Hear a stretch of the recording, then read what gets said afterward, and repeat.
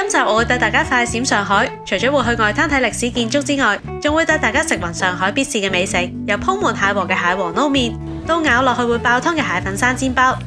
仲會帶大家去揾冠軍咖啡師，試下加咗上海醋嘅特調咖啡到底係乜嘢味。如果你好似我咁都係第一次去上海，跟住我呢個美食清單就可以簡單規劃行程，即刻去片啦！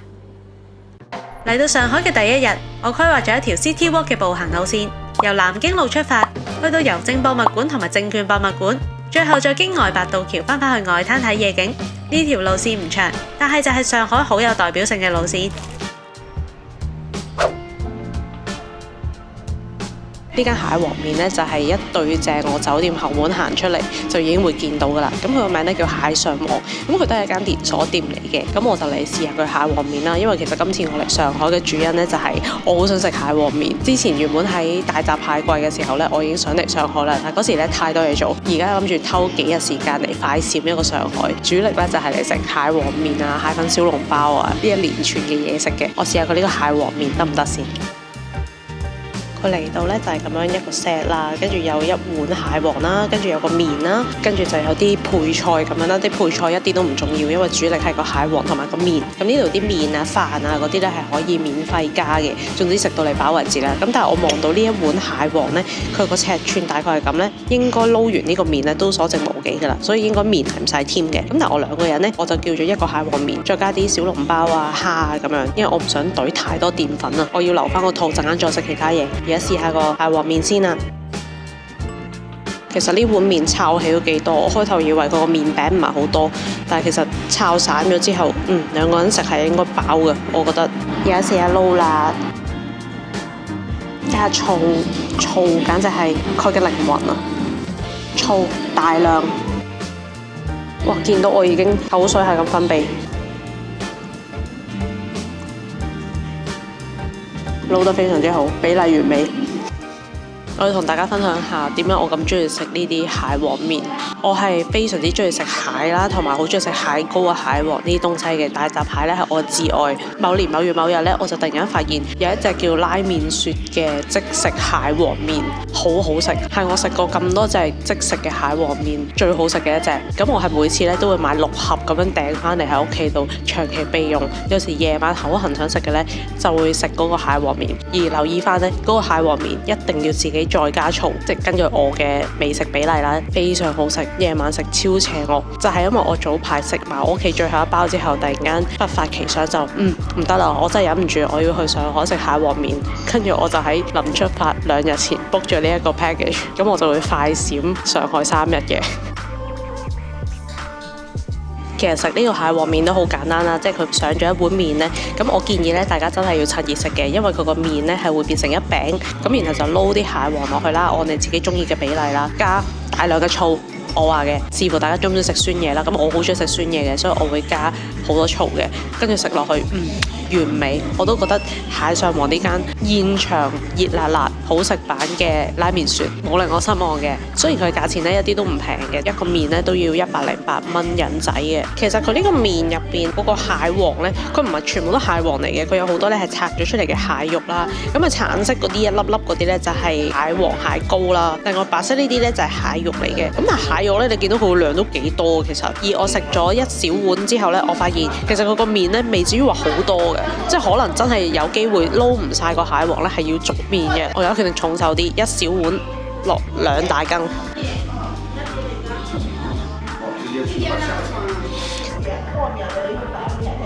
當然呢，大家都要衡量下啦。呢啲一睇就知係高膽固醇、高油、高脂肪嘅食物，係不能夠喺同一個 trip 食太多嘅。另外呢，我嗌咗2個小食 share 啦，一個呢就係蟹粉小籠包，咁佢有5粒嘅，呢個價錢呢就係45蚊人仔啦。另外一個呢，蝦雕醉蝦呢，我就覺得有少少貴嘅。雖然呢度6隻蝦尺寸都唔係話好細啦，但係佢要56蚊人仔嘅，佢仲貴過我個蟹粉小籠包，因為我隔離嗰個呢中意食醉蝦，咁所以呢就點都嗌嚟試下啦。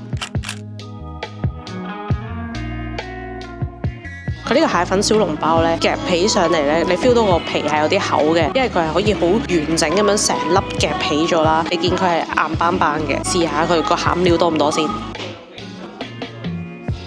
個蟹粉小籠包呢，一如我頭先所講啦，個皮呢係比較厚啲嘅，但係呢，因為我頭先呢就係驚係入邊好熱，好多湯會湧出嚟嗰種啦，所以我咬咗少少，開咗個窿先，佢未至於係會爆發嘅。咁但係當我成粒擺入口嘅時候呢，咁佢都會炸開嘅。至於味道方面呢，我覺得係普通嘅小籠包咯，即係又唔會話好驚豔嘅蟹粉小籠包，因為蟹粉嘅味道呢係有啲弱嘅。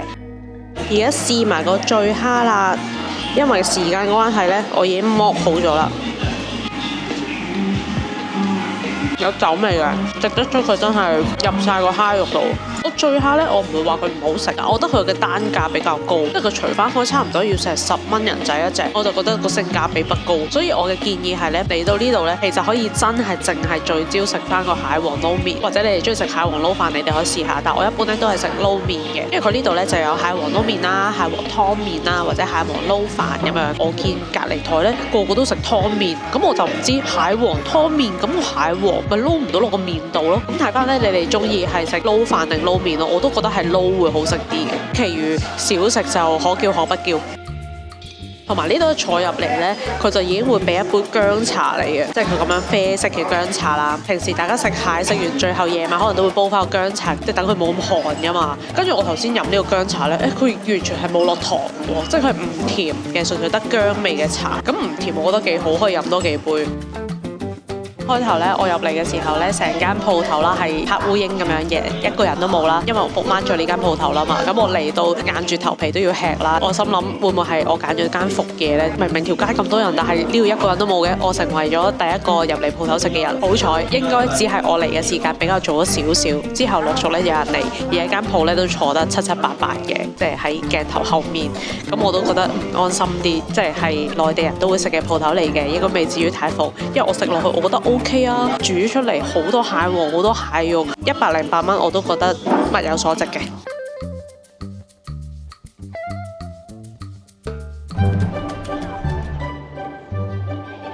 啱啱食完飯，而家呢，我係諗住行去外灘嗰度睇下夜景嘅，咁但係沿路呢，就會經過呢條南京路步行街啦，咁佢有好多鋪頭好旺嘅，咁我就諗住沿住呢條步行街呢，行過去外灘嗰邊，咁當然呢，行下見到有好多鋪頭呢，我都係會被吸引咗行咗入去嘅，唔知我最終點係會唔會去到外灘，但係我見呢度都好似幾多嘢行，你見我而家個樣呢，好似去咗北極咁啦，因為我冇諗過香港成20幾度嘅天氣呢，嚟到上海呢，都仲係得個位數字，咁我諗住11、2度都唔係好凍啦，點知去到夜晚呢，而家好似得翻5、6度咁，我就將我最保暖嗰啲衫呢着晒上身，而家希望可以暖啲。但係我頭先食飯嘅時候呢，已經覺得好凍好凍好凍，頭先翻酒店攞埋條頸巾，希望戴咗冷帽、戴咗頸巾、着埋褸，行過去外灘可以抵受得住個寒風。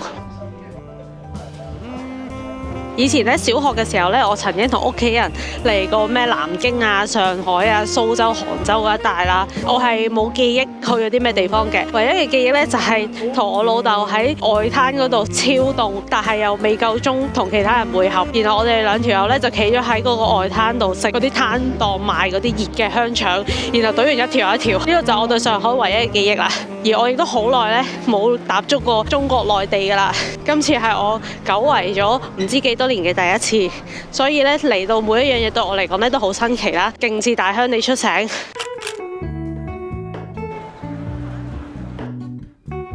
呢度除咗 Pop Mart， 原來仲有好多原創角色嘅玩具店，呢一間就係其中一間啦。得意啊呢隻嘢，雖然我唔識佢啦，但係我喺門口咧見到佢個公仔係嗰啲水豚，好得意。跟住我入到嚟，成間鋪頭都係買佢啲 product 咯。跟住佢有海量唔同系列嘅，跟住有啲係烘焙店啊、麵包店啊、麵包師傅。跟住頭先見到有一個係上山採藥嗰啲書生造型，有好多唔同造型，但我覺得好得意，我要買嘢啦。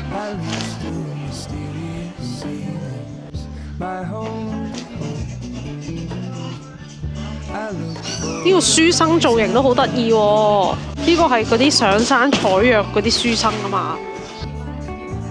皇上啊，你睇幾得意？佢扮嘢食㗎會，扮甜品嘅，好似個 crepe 咁樣，同埋好似個蛋糕咁樣。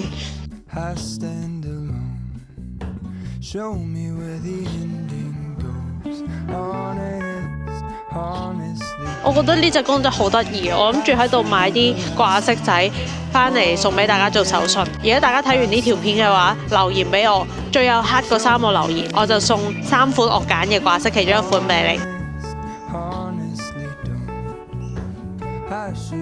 行行下，我發現呢隻水豚喺上海應該係好紅嘅，佢仲有上海地區嘅限定版，係小籠包造型，而成間鋪頭都播住佢嘅主題曲，真係好洗腦嘅。順帶一提，如果大家仲未 follow 我嘅 Instagram， 而家可以 follow 一下。如果之後你嘅留言俾我揀中咗呢，你可以 IG DM 地址俾我。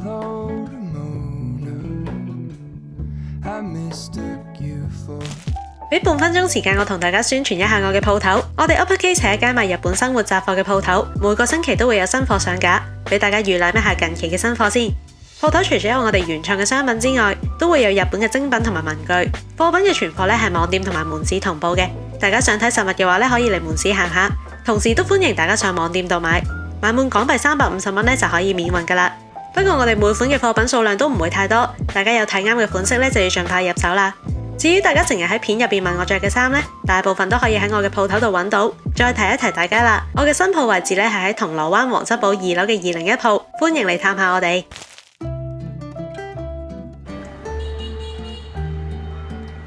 南京路去到夜晚咧依然係咁熱鬧嘅，而對我嚟講真係行極都行唔完呢條街啊！嚟到上海咧，周圍都會見到大白兔糖，行行下我直情見到有間大白兔專門店。以前喺香港咧，成日都會見到大白兔糖啦，我仲以為佢係香港嘢嚟嘅，而家先知原來大白兔糖嘅發源地係上海先至真，據聞咧仲係上海銷量第1嘅手信添。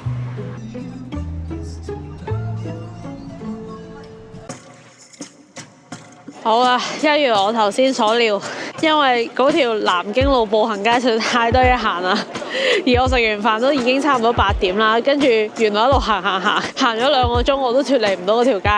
結果而家嚟到外灘嘅時間已經係10點幾，想睇嘅夜景已經熄晒燈啦，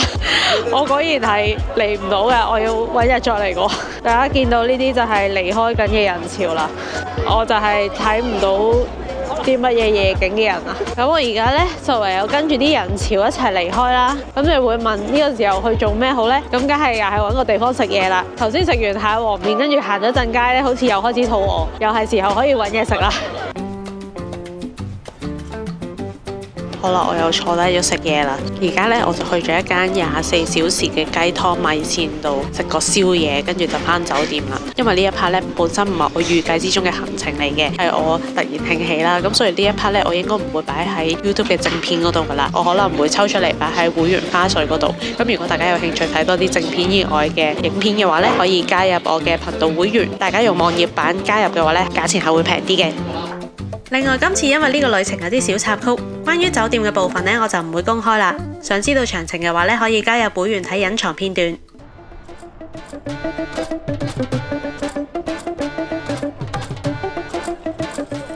今日一早過嚟食鮮得來，鮮得來咧最出名就係排骨年糕啦。咁樣嚟到咧已經見到超多人啦，係座無虛席嘅。喺門口嗰度咧，你睇完 menu 買完嘢食啦，咁就可以自己拎住張飛過嚟揾個位坐。咁你坐低咗咧，先至交張飛俾個姐姐，瞬間已經上菜食緊㗎啦。咁我嗌咗一個咧係套餐 C，佢有啲套餐嘅，咁但係 mini 啲套餐當然都係有排骨年糕啦，跟住就係可能搭啲湯啊。我呢個套餐 C 咧就係搭一個雲吞嘅。咁當然咧係要試下佢嘅排骨年糕先啦。佢呢個排骨年糕咧本身就係一個甜甜地嘅醬汁啦。咁但係咧我上網見人哋講咧話嚟到一定要加佢嗰個辣醬油先至係最地道嘅食法。咁我加咗咧，果然真係神來之筆，一定要加嗰個辣醬油。加完之後咧，佢嗰個辣醬油原來係有少少酸酸地嘅味道啦。辣咧就唔係好辣嘅，但係佢好似令到成個醬汁個深度提升咗咯。食落去嗰個層次豐富啲嘅，嗰個辣醬油一定要加。加完之後我真係覺得個年糕好好食，即係排骨同年糕都好好食。跟住咧，佢就有個咁樣嘅小煲啦。呢個小煲咧就係蝦肉嘅雲吞嚟嘅。我覺得佢個雲吞比起我前2日食嗰啲小雲吞大隻好多。雲吞就係普通嘅雲吞咯，味道都 OK 嘅。我今日食幾樣嘢我都覺得味道 OK。因為咧，我覺得兩個人我費事嗌兩份排骨年糕啦，咁就嗌多咗個麻醬拌麵嘅。我冇諗過麻醬拌麵都幾好食喎，即係麻醬拌麵都係啲普通嘢啦，但我加埋醋啦，加埋佢個麻醬撈落去咧，好食，一定要自己加少少醋，感覺會冇咁膩。其實我呢張台咧係4人台嚟嘅，頭先咧我已經要同人哋兩個姐姐搭台啦，跟住我哋係兩個咁樣坐啦，跟住而家嗰兩個姐姐走咗啦，我對面換咗一家5口想坐落嚟，但我張台係一張4人台，我哋已經坐咗2個位，佢哋想5個人坐落2個位度，所以我要快啲食完走啦。食完早餐當然係要去飲返杯咖啡啦。我喺 App 度揾咗一間近近地嘅咖啡店，諗住行過去試下。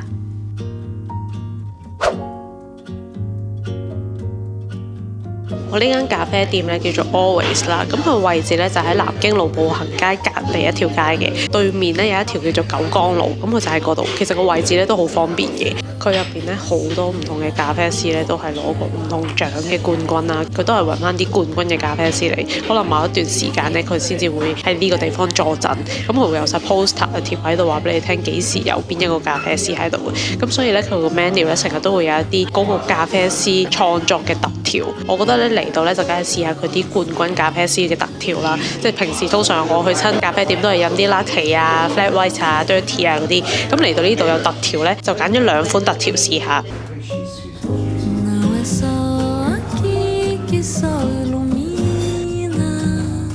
第一款呢，就係呢一杯，呢一杯咧叫做康樂泡梨。嗱，呢個咧佢就寫住咧佢係2026年冠軍客座，即係嗰啲客席咖啡師帶嚟嘅作品。這個的話是前一陣子那個台灣的4屆的一個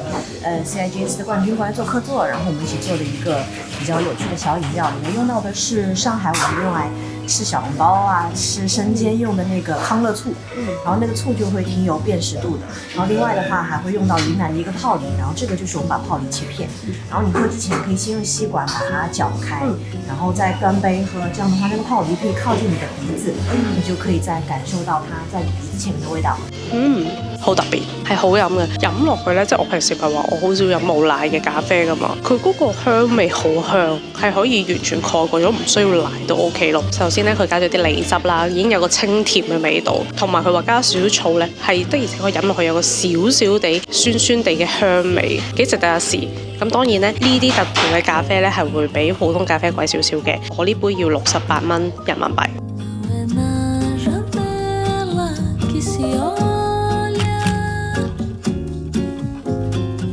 另外一杯呢，都係一杯特調嚟嘅，呢杯呢，就係用咗雲南嘅咖啡啦，然後加咗啲橙汁，個面呢，你見到仲有少少乾咗嘅酸木瓜同埋橙嘅，佢話入邊呢，仲有啲佢哋自己做嘅酸木瓜嘅糖漿，試下先啦。好好飲喎呢杯，佢係有少少氣泡水成分，個橙味好香啦，跟住佢有少少酸木瓜嘅糖漿，我係唔係好知酸木瓜係咩味嘅，咁但係佢飲落去有啲氣泡感覺，再加埋好香嘅橙味，有少少咖啡味，我覺得唔知點解好似有一種咧橙味朱古力咧，即係橙同朱古力咪好夾嘅，佢有少少嗰個好似加咗橙嘅朱古力嘅感覺。推介呢一杯咧就58蚊人民幣嘅。我覺得2杯咖啡都相當唔錯，幾值得一試。同埋咧，我本身入嚟嘅時候咧，見到冇乜人啊，點知我坐低冇幾耐，成間咖啡店已經 full 晒咯，所以應該係真係平時都好多人幫襯嘅。我見其實好多客人都會點呢個 tasting menu， 一次過可以試到3種唔同嘅咖啡飲法。首先會有一杯黑咖啡，之後就有一杯奶啡，最後咧就係創意咖啡。一隻豆可以試到3種飲法，仲可以體驗埋咖啡師嘅實力。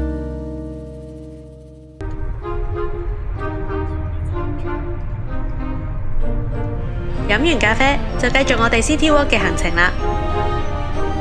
我哋而家去呢一個呢，就係上海郵政博物館啦。咁呢，佢個外形呢係好靚嘅，係完全保留翻晒以前舊式嘅嗰個建築物啦。當然呢，唔好預咗入邊會有好多嘢睇噶啦。入到去呢，都唔係為咗睇入邊嗰啲展品嘅，即係因為我對郵政嗰啲郵票啊、電報啊嗰啲嘢呢，都唔係話太感興趣嘅。咁佢有嗰啲歷史去講翻以前啲人由飛鴿傳書開始啦，去到近代郵政係點樣發展啦，咁都有啲咁嘅展品嘅。咁但係呢，基於我本人對郵政嘅歷史唔係太有興趣關係呢，我主要都係 skip 咗嘅，直接呢就去睇佢嗰個建築啦。當你離開嗰個博物館之前呢，咁你就可以入到去一個中庭嘅位，睇翻晒佢成個建築物個樣嘅。咁嗰個位呢，就係最打卡啦，同埋最好睇嘅標的位置啦。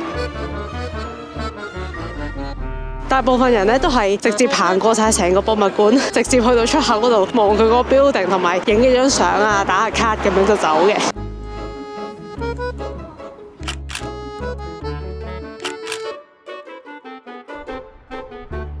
而家呢，我哋就會去下一個地方，其實都喺附近嘅，大概行10分鐘度啦，就會去到另外一個博物館，叫做證券博物館。咁同樣呢，都係睇下佢個建築物咁樣咯。最近呢幾日咧，上海都唔係太好天啦，主要都係陰天。但係今日咧，難得係有好天氣啊，所以就出嚟附近咧，近住外灘呢一帶咧 ，City Walk 一下，睇下一啲古色古香嘅建築物啦，同埋望下一啲嚟到上海好似必睇嘅風景啊、建築物咁樣。我本身咧冇諗住上海天氣會咁凍啦，你見到我基本上條片咧都着到成隻粽咁，我要將我帶嚟嘅厚衫咧着晒上身，因為今日嘅天氣咧係得7度嘅。本身我以為去慣咗即係日本啊嗰啲咧7度其實都未至於好凍啊嘛，但係其實上海同香港差唔多，都係有啲陰陰濕濕嘅凍，所以7度係非常凍。我成日覺得好似凍到得翻1-2度咁樣，手套都冇帶，隻手永遠露出都會好凍，好後悔其實應該帶暖包嚟，但係本身覺得好似10度都帶暖包太誇張啦吧，係冇誇張嘅，好似有少少陽光咁樣。如果唔係好似前2日落雨呢，仲凍。我哋喺郵政博物館行前1條街左右呢，就已經嚟到另一個景點啦，就叫做乍浦路橋。遠處呢，你望到超多人喺條橋嗰度呢，嗰條橋就係乍浦路橋啦，個個都會企喺上邊呢影翻東方明珠啦。咁但係其實我覺得呢，如果要影東方明珠嘅話呢，唔使行到去嗰條橋上邊，其實都可以影到嘅。我已經預先喺之前行路嘅時候冇乜人呢，我已經影咗啦。嗰條橋而家上面有千萬咁多人喺度，我覺得係好難上去揾到個靚嘅位影相嘅。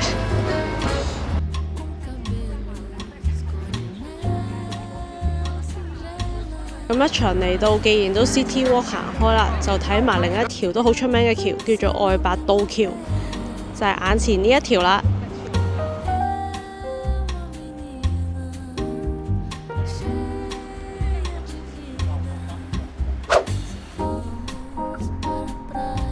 我而家嚟到呢個地方呢，就係證券博物館啦。一入到嚟呢，就係一個叫孔雀廳嘅地方。呢個環境呢，就係以前呢證券交易嘅時候呢嗰個交易場地嚟嘅。咁所以佢就實放俾大家睇翻以前究竟係點樣交易嘅。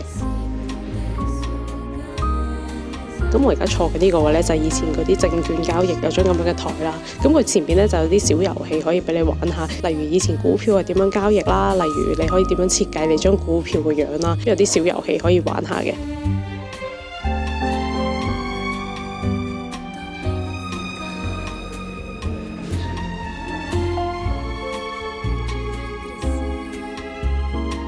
頭先我一行入嚟，見到呢度有群人，我以為係真嘅人嚟，嚇一嚇，原來係一個假嘅人，跟住有啲紙板喺度。呢度好似比起頭先嘅郵政博物館呢，多啲嘢睇，同埋好似多啲場景嘅佈置，比頭先有規模啲。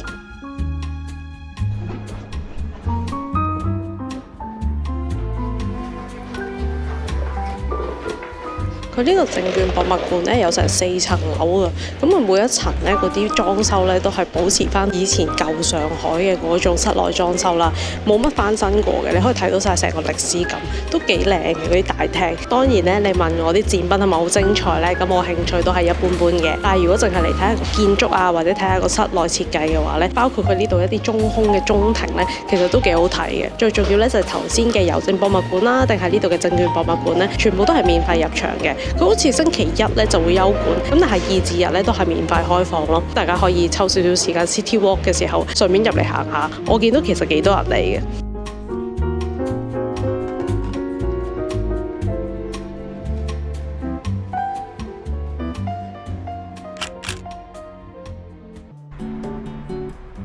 離開咗證券博物館，經過外八渡橋就可以返到嚟外灘。如果係夜晚嘅話咧，仲可以順便睇埋夜景添。而我就會經過呢條好難逃脫嘅南京路步行街，去返我前1日唔夠時間去埋嘅地方。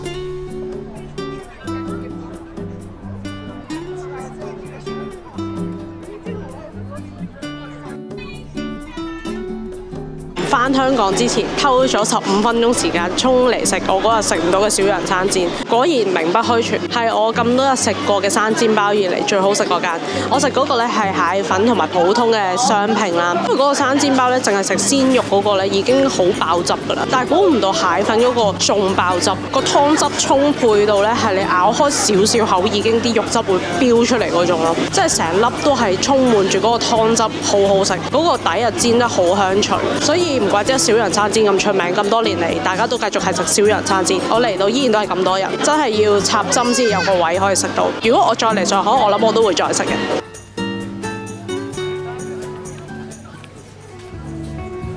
如果大家有睇到嚟呢度嘅話咧，請幫手俾個 like 同埋留個言俾我，訂閱我嘅頻道之餘咧，仲要 follow 埋我嘅 Instagram， 有好多影片以外嘅內容咧，我都會擺上 IG 度。我哋下集再見啦，拜拜。